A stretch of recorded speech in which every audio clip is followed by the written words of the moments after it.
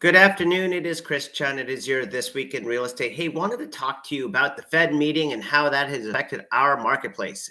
Anyway, Fed met last week. They confirmed that they still expect to have three rate cuts of a quarter point. So that's 3/4 of a point or 0.75% by the end of this year.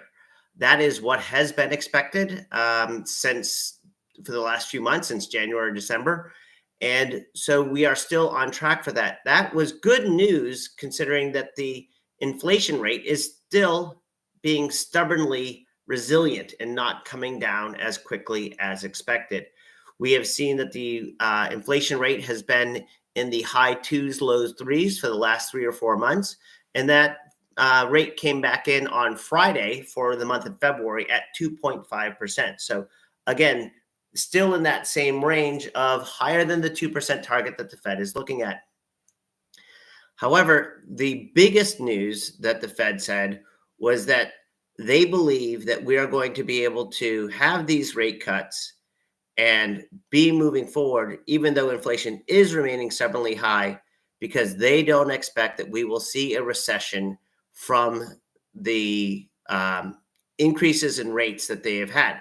Typically, what we see is that there is the Fed raises rates like they have done significantly to about 5.25%, and that we will see the economy slow way down to the point where we have a recession.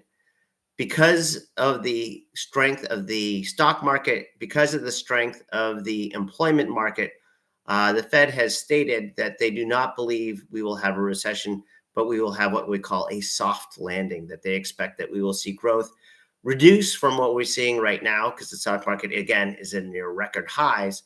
We'll see that taper, but that we will not have a recession. So all good news. Well, what does that mean for the real estate market? Because that's what I'm here to talk to you about. So with rates coming down, and again, as expected, the bankers have already kind of been pricing this in. We're seeing that their rates are going to start dropping probably in the summer, June, July kind of timeframe. And what we're going to see is that the rates will start coming down again in the next few months to accommodate that. The bankers predict what the Fed's going to do, and so they start usually a little bit before the Fed is on the rates coming back down. We have seen since January that rates have been very stable. Rates have been in the 6.75% range, going as low as 6.6%, as high as 6.95%. But we haven't been above 7 since last year.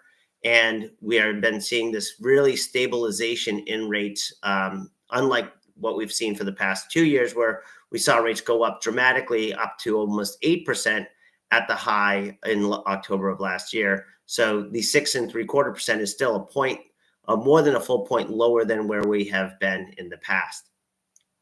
What that has done for our market, again, is add stability.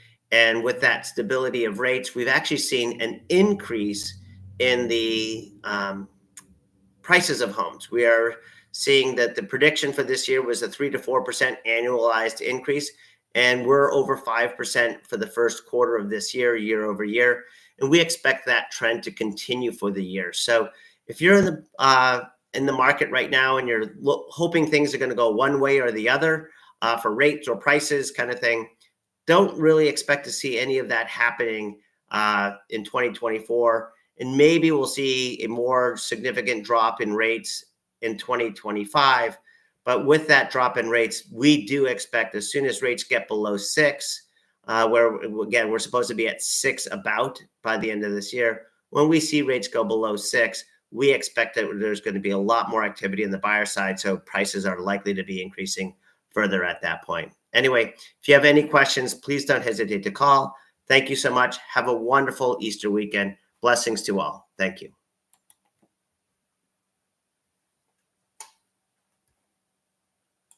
Hey.